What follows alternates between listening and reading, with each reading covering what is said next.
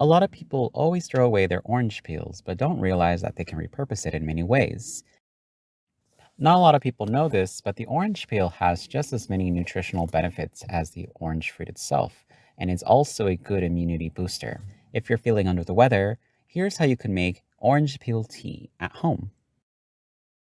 It's important to always make sure that your orange peels are clean of any dirt and debris before use. Once your orange peels are clean, you can use them right away, or you can dehydrate them in a dehydrator or oven if you intend to use them at a later time. So, lightly boil your water with your orange peels until you notice a color change. The color change should be a light yellow color. Once you see this change, your orange peel tea is almost ready for use.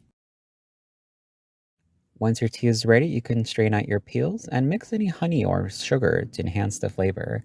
You could also use this as an infusion and mix it with any other favorite teas. Orange peel tea is easy to make, it's a good way to reduce waste, and it's an affordable and creative way of taking care of your health. For more videos like these, subscribe for more, and thanks for watching.